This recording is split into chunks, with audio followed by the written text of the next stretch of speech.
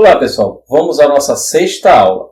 O assunto continua sendo farmacologia do sistema nervoso autônomo, mas dessa vez transmissão adrenérgica, incluindo os fármacos que nela atuam e resoluções de exercícios. Na segunda parte dessa aula, vamos estudar a transmissão adrenérgica, que é o local de ação de diversos fármacos, principalmente para antihipertensivos, broncodilatadores, descongestionantes, etc. Primeiramente, é importante conhecermos os experimentos históricos.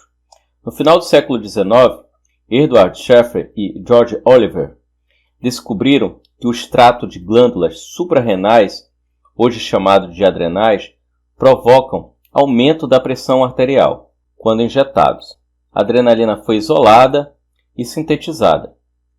Henry Dale, um farmacologista inglês, verificou que a adrenalina causava vasodilatação em alguns leitos vasculares e vasoconstrição em outros. Porém, a adição prévia de derivados do esporão do centeio, um fungo parasita que ataca o trigo e produz alcaloides do ergote, produz vasodilatação e redução da pressão arterial. Dale não destacou naquele momento que havia diferentes tipos de receptores, mas somente em 1948, Raymond Aukest, um farmacêutico e farmacologista estadunidense, testou várias catecolaminas em órgãos e tecidos e afirmou que havia dois tipos distintos de receptores para catecolaminas, para explicar os efeitos diferentes, e descobriu que apresentavam potências diferentes. Nos receptores alfa, a noradrenalina tem potência maior que a adrenalina, que tem potência maior que a isoprenalina, que é um composto sintético. Nos receptores beta, a isoprenalina tem potência maior que a adrenalina, que tem potência maior que a noradrenalina. Ele ainda explicou que os alcaloides do esporão do centeio, o ergote, atuam bloqueando os receptores alfa. Assim, a adrenalina faria apenas efeitos nos receptores beta, como vasodilatação. Então agora vamos entender como se formam tais mediadores. Comecemos pelo hormônio adrenalina, também chamada de epinefrina. Ela é liberada pelo córtex da glândula adrenal e é lançada na corrente sanguínea em resposta ao estresse ou situação de luta e fuga. E a noradrenalina, ou norepinefrina, que é um transmissor do sistema simpático. Juntamente com a dopamina, esses mediadores são chamados de catecolaminas, ou seja, aminas ligadas a um grupo catecol, que é um anel benzênico com duas hidroxilas adjacentes. As semelhanças estruturais entre elas decorrem de pequenas mudanças estruturais a partir do aminoácido tirosina, que sofre hidroxilação pela tirosina hidroxilase, para a formação de dopa. Essa é considerada, inclusive, a etapa limitante do processo. Em seguida, a dopa é descarboxilada pela dopa descarboxilase e perde o grupo carboxil destacado, formando então dopamina. A dopamina é um neurotransmissor importante, do qual falaremos melhor em aulas futuras, mas ela é hidroxilada pela dopamina beta-hidroxilase, no ponto destacado, para formar noradrenalina. Na medula das glândulas adrenais, a noradrenalina é convertida em adrenalina através da metilação pela N-metiltransferase. Essa etapa limitante pode ser antagonizada pela alfa-metiltirosina, um fármaco pouco utilizado clinicamente hoje. Receptores adrenérgicos. Há dois tipos de receptores adrenérgicos descritos desde o fim dos anos 50, os receptores alfa e beta. Estão divididos em diversos subtipos. Vamos nos concentrar nos mais importantes para estudo de farmacologia. O alfa-1 é o receptor que transmite sua sinalização através da via inositol-trifosfato de acetilcocerol, o que resulta em liberação de cálcio dentro da célula, que se liga à calmodulina. Esta ativa a quinase da cadeia leve da miosina, que fosforila a miosina, que interage com a quitina e resulta na contração. Nos brônquios haverá broncoconstrição. Os esfíncteres do trato gastrointestinal serão contraídos. Os músculos radiais da íris se contrairão, causando midríase. Nos vasos sanguíneos, haverá vasoconstrição. Assim, fármacos como a nafazolina e a fenilefrina podem ser usados na mucosa nasal e oftálmica para contrair vasos sanguíneos, reduzindo a saída de líquidos dos vasos para os tecidos, diminuindo assim o edema e congestão nasal, ou hiperemia, no caso do olho, que é a mesma coisa que vermelhidão nos olhos. Um antagonista é a prazosina, que pode ser utilizada para controle da hipertensão. Os receptores alfa-2 têm algumas diferenças significativas com os anteriores. Este receptor é pré-sináptico. Uma vez ativado, propaga o sinal pela proteína G tipo I, que inibe a adenilato ciclase, reduz o AMP cíclico, assim há menos entrada de cálcio e saída de potássio, funcionando como feedback negativo para a própria liberação de noradrenalina, reduzindo sua liberação. O resultado é vasodilatação, principalmente nas arteríolas e veias. Com isso, a redução da pressão. Assim, um agonista desse receptor, ao contrário dos outros receptores adrenérgicos relacionados ao sistema cardiovascular, reduz a pressão. O fármaco em questão é a clonidina.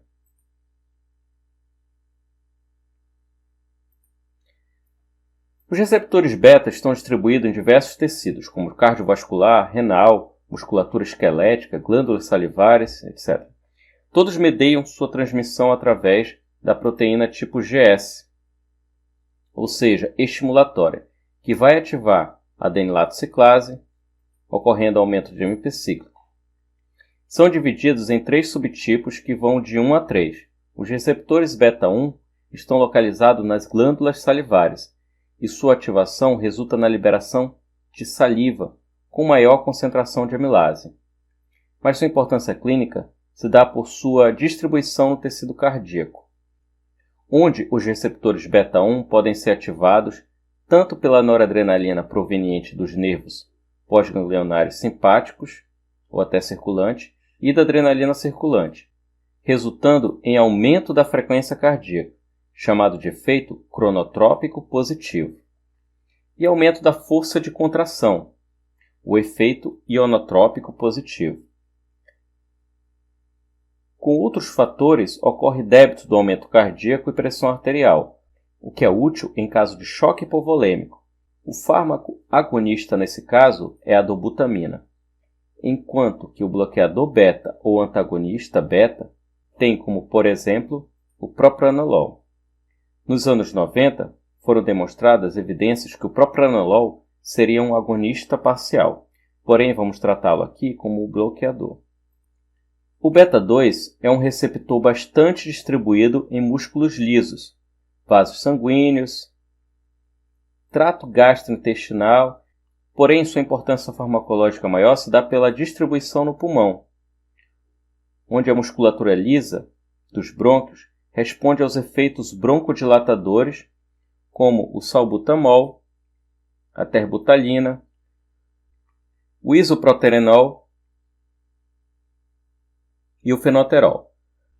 Em virtude da semelhança estrutural entre o beta-1 e beta-2, fármacos como o isoproterenol e fenoterol causarão efeitos adversos cardíacos por ação em beta-1, assim como os bloqueadores beta cardíacos podem atuar nos receptores beta-2, causando broncoconstrição. Já o receptor beta-3 está presente na musculatura esquelética, onde o agonista atua aumentando a termogênese. Nos adipócitos, aumenta a termogênese e a lipólise.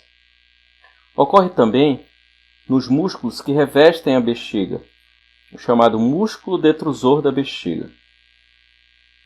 O agonista que causa o relaxamento é o mirabegron, utilizado para casos de incontinência urinária. Agora vamos entender um pouco como se processa essa transmissão colinérgica. Então, na parte superior, em laranja, temos a célula pré-sináptica, inferior pós-sináptica e a célula não neural mostrada no lado esquerdo. Os neurônios que liberam noradrenalina na periferia são pós-ganglionares do sistema simpático, aqui representado pelo superior pré-sináptico.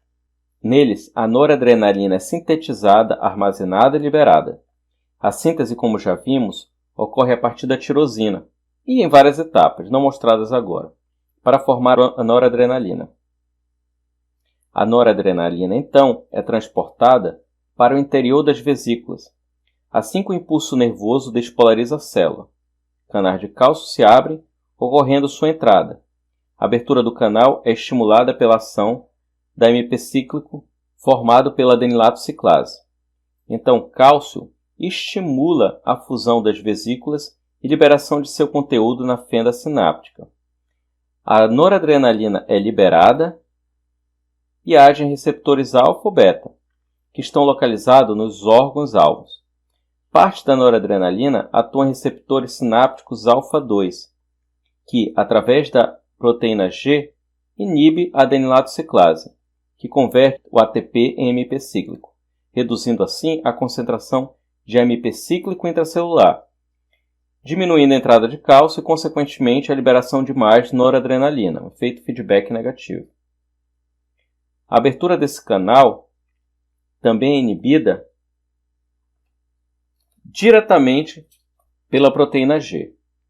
Cerca de 75% da noradrenalina é recaptada por um transportador para o neurônio pré-sináptico, através do transportador tipo NET, onde será reintroduzida na vesícula para reaproveitamento, limitando a atuação da noradrenalina na fenda.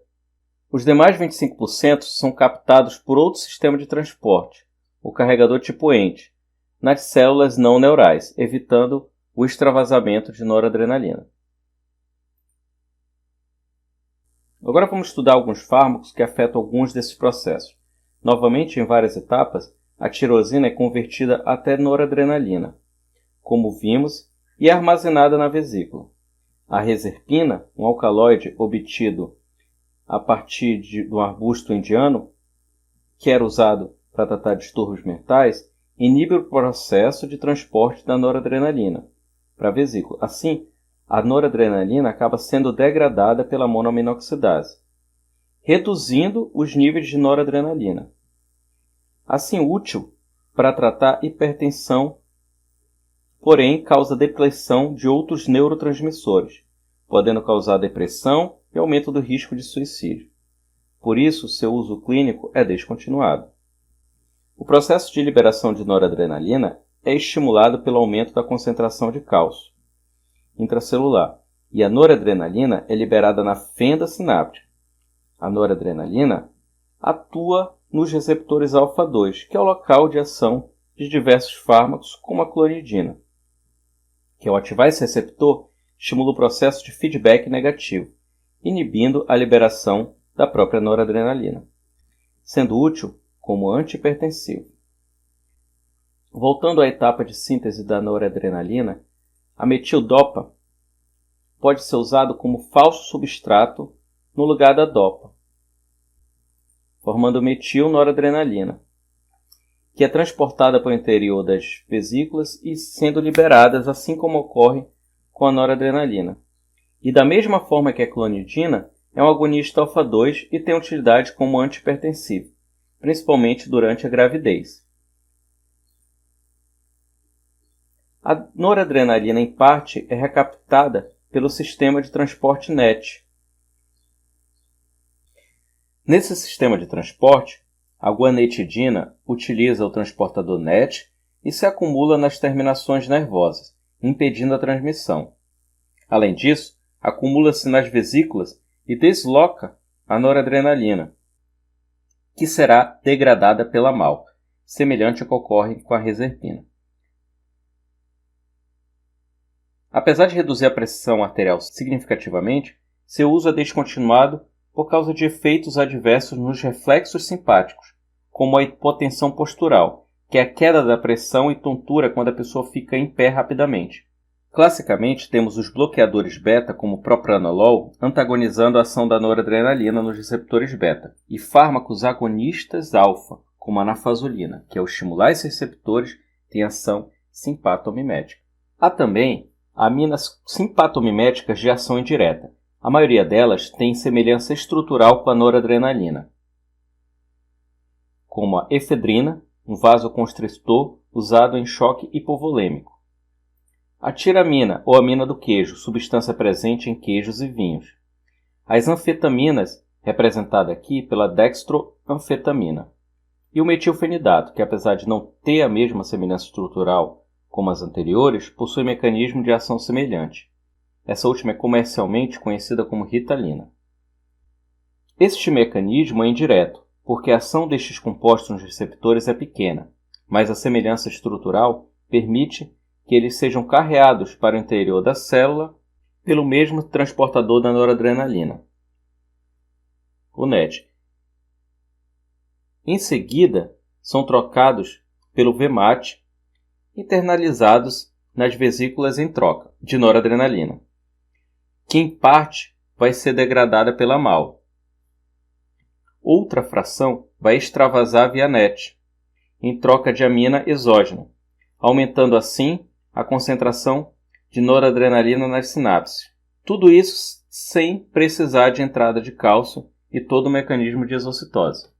As catecolaminas são degradadas por enzimas intracelulares. A monoaminoxidase é presente na membrana das mitocôndrias, terminações nervosas, trato gastrointestinal, fígado. A inibição da MAO aumenta o conteúdo das vesículas nesses neurotransmissores e tem utilidade farmacológica. Vamos estudar no futuro mais profundamente essas enzimas e suas implicações. Outra enzima importante na degradação é a CONT, ou catecol ou metiltransferase, ou seja, uma enzima que faz metilação. Apesar de não estar nos neurônios noradrenérgicos, está em diversos tecidos como medula da glândula adrenal. Por ação dessas enzimas, a noradrenalina é convertida em metabólitos aldeídicos, que na periferia são convertidos em VMA e MHPG, que é conjugado com sulfato, e ambos são eliminados na urina. A presença de VMA acima dos níveis normais pode estar relacionado com a ocorrência de tumores no tecido cromafim da medula adrenal. Vamos agora aos exercícios. Questão 1. Qual das alternativas representa a correta relação entre receptores adrenérgicos e os efeitos após ativação por um agonista? A. Alfa-1. A ativação causa vasodilatação de vasos sanguíneos periféricos. Letra B. Alfa-2. Um autorreceptor, que inibe a liberação de noradrenalina. Letra C. Beta-1. Redução da frequência cardíaca e da força de contração do coração quando ativado esse receptor. Letra D. Beta-2. Ativação causa broncoconstrição. Letra E. Beta-3. Ocorre redução da temperatura corporal. Então a correta é a letra B. O alfa-2 é um autorreceptor que inibe a liberação de noradrenalina. É a única correta. A letra A não é vasodilatação, e sim vasoconstrição. A letra B, redução da frequência cardíaca de força não, é o inverso. Tá? Então aumenta a frequência cardíaca. A letra D, beta-2 é broncodilatação. A letra E, beta-3 é aumento da temperatura corporal. Questão 2, da VUNESP. No tratamento da asma brônquica, frequentemente são utilizadas substâncias broncodilatadoras para o alívio das crises. Dentre as drogas utilizadas, pode-se citar o salbutamol e o ipratrópio, sendo que essas drogas pertencem, respectivamente, às seguintes classes farmacológicas. Letra A. Agonista beta-2, adrenérgico e anticolinérgico. Letra B. Agonista de receptor beta-2 adrenérgico e agonista muscarínico. Letra C. Antagonista de receptor beta-2 adrenérgico e agonista muscarínico. Letra D. Antagonista de receptor beta-2 adrenérgico e antagonista muscarínico. Letra E. Agonista de receptor beta-2 adrenérgico e antagonista muscarínico.